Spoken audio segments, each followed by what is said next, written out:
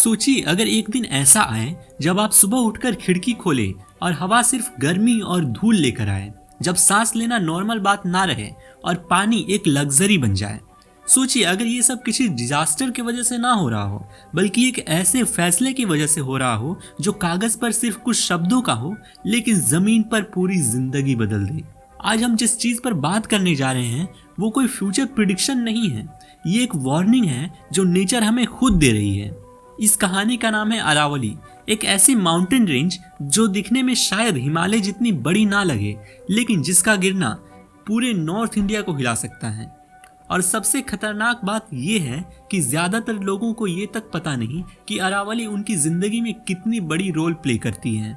इस वीडियो का मकसद ना किसी को डराना है और ना ही किसी साइड का प्रोपेगेंडा करना है। इस वीडियो का एक ही गोल है कि चीजों को वैसे दिखाना है जैसे कि वो असल में है। आज सेव अरावली जैसे वर्ड्स सोशल मीडिया पर ट्रेंड कर रहे हैं, लोग गुस्से में हैं, एक्सपर्ट्स चिंता में हैं और आम आदमी कंफ्यूज्ड है कि आखिर इशू क्या है। इसलिए इस वीडियो में हम समझेंगे कि अरावली असल में है क्या और ये हमें कैसे प्रोटेक्ट करती है।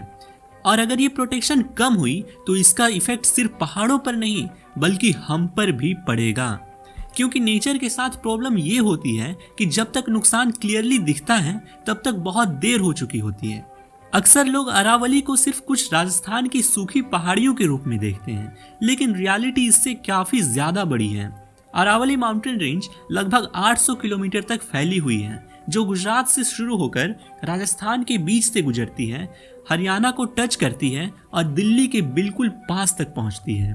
और यहाँ एक बात समझना बहुत जरूरी है कि अरावली कोई नई माउंटेन रेंज नहीं है, ये दुनिया की सबसे पुरानी माउंटेन रेंजेस में से एक है। साइंटिस्ट मानते हैं कि अरावली की एज लगभग 3 बिलियन साल से भी ज्यादा हो सकती है।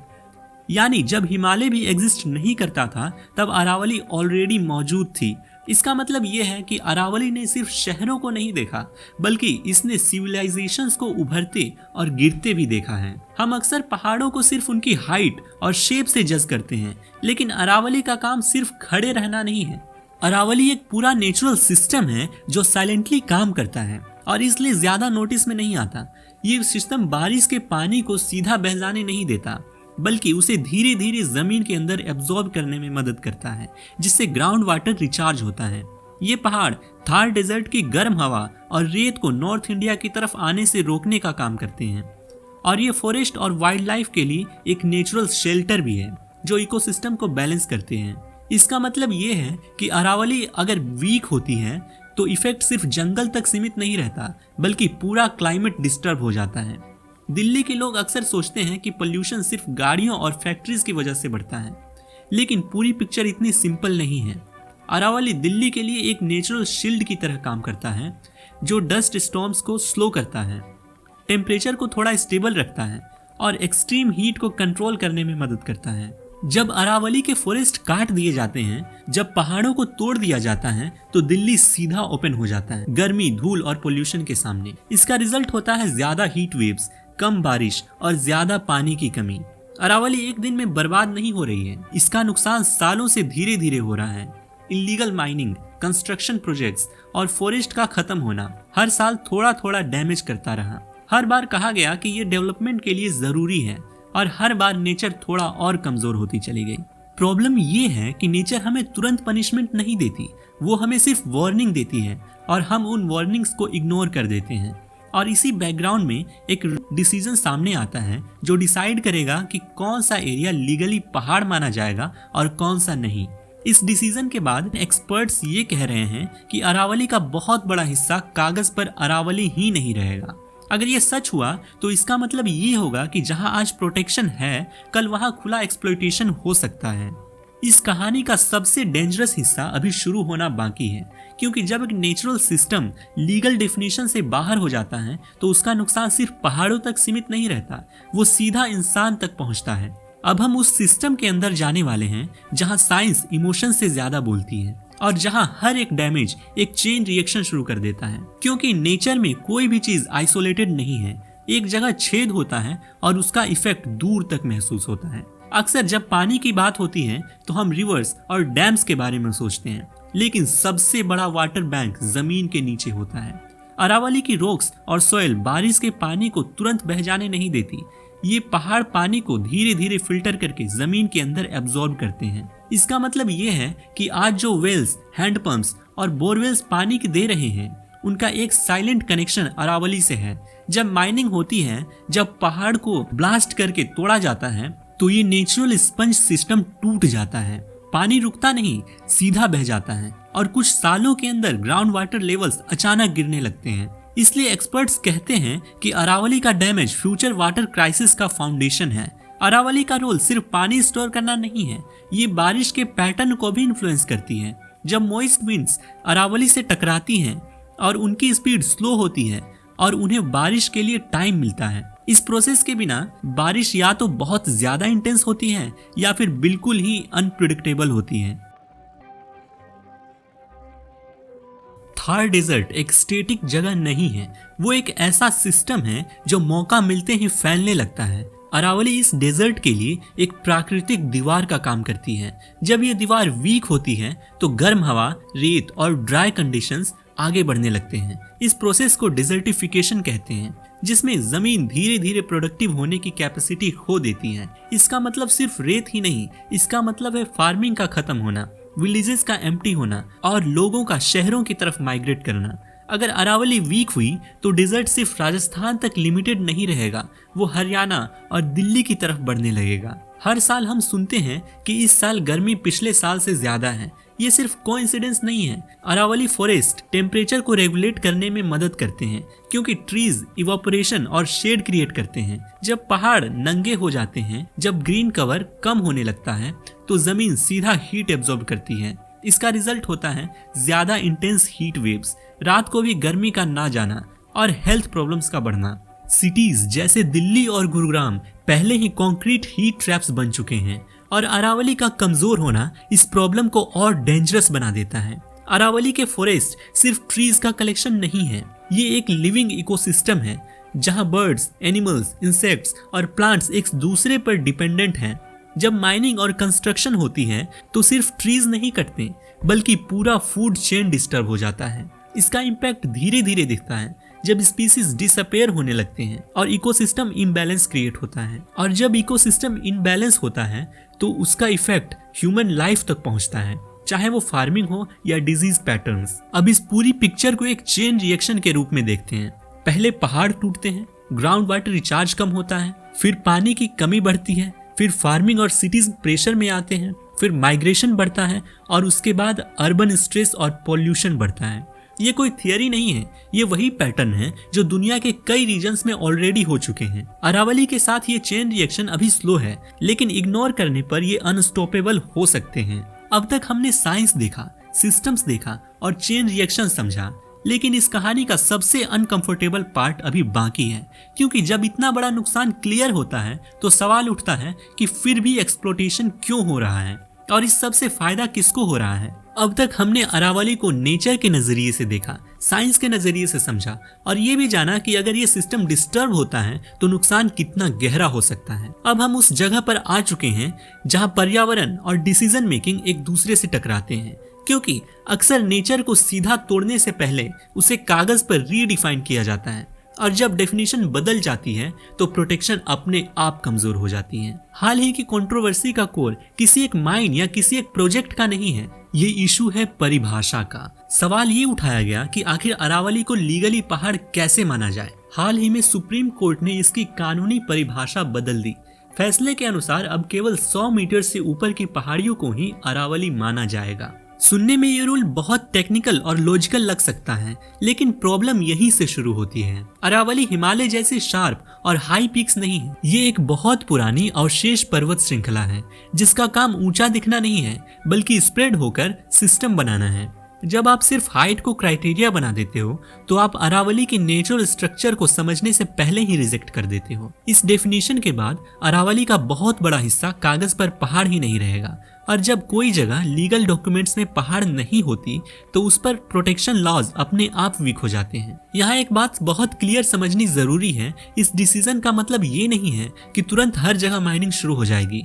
इसका मतलब ये है कि जो काम पहले इलीगल या रिस्ट्रिक्टेड था वो धीरे धीरे लीगल और एक्सेप्टेबल बन सकता है। और जब कोई चीज लीगल हो जाती है तो उसे रोकना सिर्फ इमोशन से पॉसिबल नहीं होता, तब रूल्स का सहारा लिया जाता है, और जब रूल्स ही चेंज हो चुके हों तो रेजिस्टेंस कमजोर पड़ जाता है। जब हम मैपिंग और ग्राउंड रियलिटी देखेंगे तो हमें पता चलेगा कि अरावली का बहुत सारा हिस्सा डेफिनेशन के अंदर फिट ही नहीं होता। इसका मतलब ये नहीं है कि पहाड़ वहां फिजिकली नहीं रहेंगे, इसका मतलब ये है कि वो लीगली इनविजिबल हो जाएंगे। और जब कोई चीज लॉ के लिए इनविजिबल हो जाती है तो उसके साथ होने वाला नुकसान रिकॉर्ड्स में भी इनविजिबल रह जाता है। यहाँ एक बात बिल्कुल क्लियर रहनी चाहिए कि कोई भी ये नहीं कह रहा कि किसी इंस्टीट्यूशन का इंटेंशन इन्वायरमेंट को नुकसान पहुंचाना है। कोर्ट का काम क्लैरिटी लाना होता है और डिसीजंस अक्सर डेटा और रिपोर्ट्स पर बेस्ड होते हैं। लेकिन प्रॉब्लम तब होती है जब ग्राउंड रियलिटी रिपोर्ट से अलग होती है। अरावली जैसे सिस्टम्स सिर्फ नंबर्स और हाइट से समझे नहीं जा सकते, क्योंकि उनका काम सरफेस के नीचे होता है।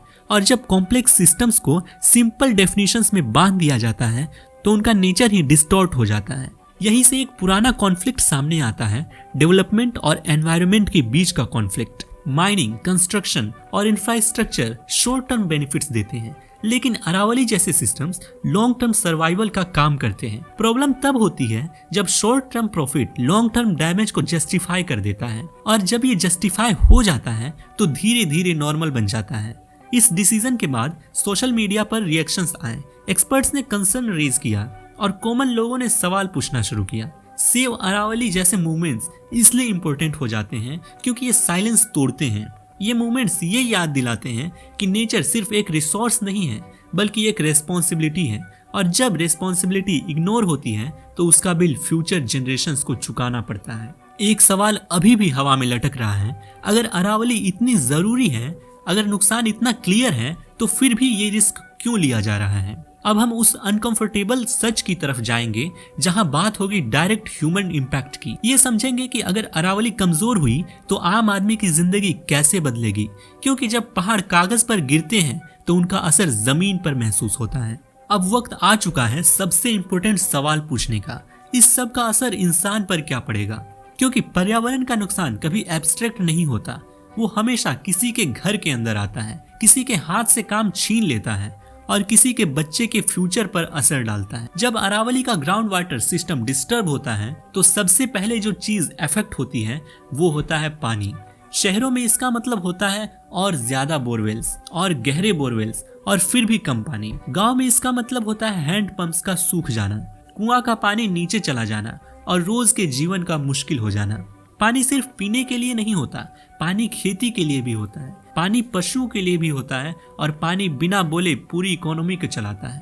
जब पानी कम होता है तो सबसे पहले गरीब और मिडिल क्लास हिट होती है, क्योंकि वो पानी खरीद नहीं सकते, उन्हें उसी पानी पर डिपेंड रहना पड़ता है जो नेचर देता है। जब अरावली का इकोसिस्टम वीक होता है तो गांव इसका बिल चुपचाप चुकाते हैं। कम बारिश का मतलब होता है क्रॉप फेलियर, सोइल का ड्राई हो जाना और खेती का लॉस। इसका मतलब होता है लोन का प्रेशर और फिर माइग्रेशन। जब गांव से लोग शहरों की तरफ जाते हैं तो वो सिर्फ अपना घर नहीं छोड़ते, वो अपनी पहचान भी छोड़ देते। और जब शहरों पर प्रेशर बढ़ता है तो जॉब्स कम पड़ने लगती है, स्लम्स बढ़ने लगते हैं। ये सब एक चेन रिएक्शन है जो पहाड़ों से शुरू होती है और शहरों की सड़कों पर खत्म होती है। जब अरावली वीक होती है तो हवा में डस्ट और पोल्यूशन बढ़ता है। इसका मतलब होता है ज्यादा अस्थमा, ज्यादा लंग प्रॉब्लम्स और ज्यादा हीट रिलेटेड इलनेस। बच्चे, बुजुर्ग और ऑलरेडी बीमार लोग सबसे ज्यादा वल्नरेबल होते हैं। हॉस्पिटल्स भरने लगते हैं, लेकिन असली प्रॉब्लम हॉस्पिटल के बाहर होती है, जहां हवा और पानी धीरे धीरे जहर बन रहे होते हैं। ये वो नुकसान है जो न्यूज़पेपर के हेडलाइन में कम आता है, लेकिन घर के अंदर रोज महसूस होता है।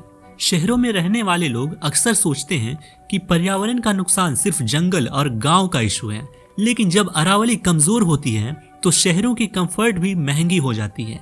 ज्यादा गर्मी का मतलब होता है ज्यादा एसी, ज्यादा बिजली का बिल और ज्यादा पावर कट्स। कम पानी का मतलब होता है टैंकर्स पर डिपेंड रहना और पानी पर झगड़ा। शहरों की जिंदगी धीरे धीरे सर्वाइवल मोड में चली जाती है, जहां हर बेसिक चीज लग्जरी बन जाती है। ये वो साइड है जो कभी पॉलिसी डॉक्यूमेंट में डिटेल में नहीं लिखी जाती, लेकिन ग्राउंड पर रोज जी जाती है। माइनिंग, कंस्ट्रक्शन और लार्ज इंफ्रास्ट्रक्चर प्रोजेक्ट्स बहुत फास्ट प्रॉफिट देते हैं। स्टोन निकलता है, लैंड क्लियर होती है और तुरंत पैसा बनता है। इस प्रोसेस में नेचर का लॉस लॉन्ग टर्म में होता है, लेकिन प्रॉफिट शॉर्ट टर्म होता है और सिस्टम अक्सर शॉर्ट टर्म बेनिफिट्स को ही प्रायोरिटी देता है। ये कोई कॉन्स्पिरेसी थियरी नहीं है, ये इकोनॉमिक रियलिटी है जो दुनिया भर में रिपीट होती है। अरावली कोई स्ट्रॉन्ग यंग माउंटेन रेंज नहीं है, ये एक पुराना सिस्टम है जो ऑलरेडी इरोजन और प्रेशर में है। रिपोर्ट्स में बार बार लिखा गया कि अरावली का ग्रीन कवर कम होना सिर्फ लोकल इशू नहीं होगा, इसका इफेक्ट रीजनल क्लाइमेट पर पड़ेगा। ग्राउंड वाटर स्टडीज में ये क्लियर है कि अरावली के आसपास वाटर टेबल्स डायरेक्टली हिल से लिंक्ड हैं, लेकिन इन वार्निंग्स को ज्यादातर टेक्निकल लैंग्वेज में लिखा गया और जब चीज इमोशनल ना लगे तो उसे इग्नोर करना आसान हो जाता है। ये भी सच है कि अरावली को प्रोटेक्ट करने की कोशिशें पहले भी हुई हैं। कई साल पहले माइनिंग रेस्ट्रिक्शंस लगाए गए, इलीगल एक्टिविटीज पर बैन्स लगाए गए और ग्रीन जोन्स डिफाइन किए गए, लेकिन प्रॉब्लम ये थी कि प्रोटेक्शन पेपर पर स्ट्रॉन्ग थी और ग्राउंड पर वीक। सबसे पहला और सबसे जरूरी स्टेप ये है कि अरावली को सिर्फ हाइट से डिफाइन करना बंद किया जाए।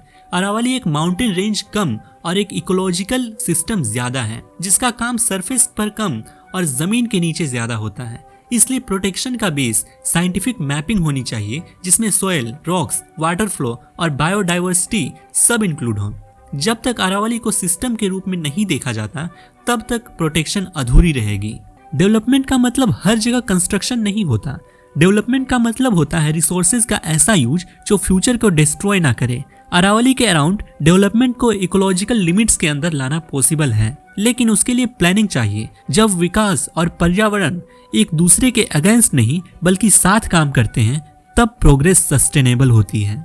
आम आदमी को अक्सर लगता है पर्यावरण जैसे बड़े इश्यूज उनके कंट्रोल में नहीं होते, लेकिन अवेयरनेस भी एक एक्शन होता है। सवाल पूछना, इंफॉर्मेशन शेयर करना और साइलेंस तोड़ना सिस्टम पर प्रेशर क्रिएट करता है। जब पब्लिक इंटरेस्ट बनता है, तब पॉलिसी इग्नोर करना मुश्किल हो जाता है।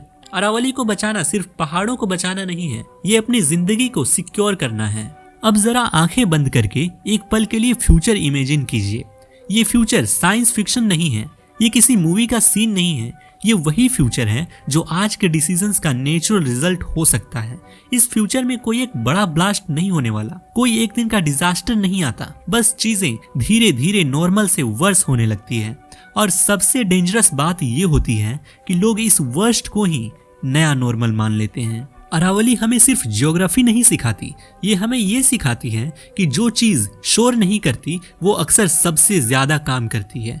ये पहाड़ ना तो हेडलाइंस में रहते हैं, ना ही पोस्टकार्ड्स पर चमकते हैं, लेकिन सालों से ये नॉर्थ इंडिया को बैलेंस में रखे हुए हैं। ये फाइट सिर्फ अरावली को बचाने की नहीं है, ये फाइट पानी को बचाने की है, हवा को बचाने की है और अपने बच्चों के फ्यूचर को सिक्योर करने की है। अगर अरावली कमजोर होती है तो हम भी कमजोर होते हैं, और अगर हम स्ट्रांग रहना चाहते हैं तो हमें उन सिस्टम्स को स्ट्रांग रखना होगा जो हमें जिंदा रखते हैं। हो सकता है आपको ये वीडियो थोड़ी अनकंफर्टेबल लगी हो, लेकिन डिस्कम्फर्ट कभी कभी जरूरी होता है, क्योंकि वही हमें जगाता है। अरावली अभी भी खड़ी है, थकी हुई है, लेकिन जिंदा है। सवाल सिर्फ ये है कि जब कल हमसे कोई पूछे कि तुमने क्या किया था, तो हम क्या जवाब देंगे। ये कहानी यही खत्म नहीं होती, क्योंकि अरावली का फ्यूचर अभी लिखा जा रहा है और इस फ्यूचर का एक हिस्सा हम भी हैं और आप भी हैं। अगर ये वीडियो आपको सोचने पर मजबूर करे तो समझिए इसका काम हो गया, क्योंकि जब हम सोचना शुरू कर देते हैं तब बदलाव की पॉसिबिलिटी पहली बार जन्म लेती है। दोस्तों, आपको वीडियो कैसी लगी कमेंट सेक्शन में जरूर बताइएगा, और अगर वीडियो पसंद आई हो तो वीडियो को लाइक और व्हाट्सएप ग्रुप्स में शेयर जरूर कीजिएगा, ताकि सभी तक ये मैसेज पहुंच सके। और ऐसे ही वीडियोस देखने के लिए मेरे चैनल आशुतोष वीडियोस को अभी सब्सक्राइब कर लीजिए। वीडियो देखने के लिए आपका बहुत बहुत धन्यवाद।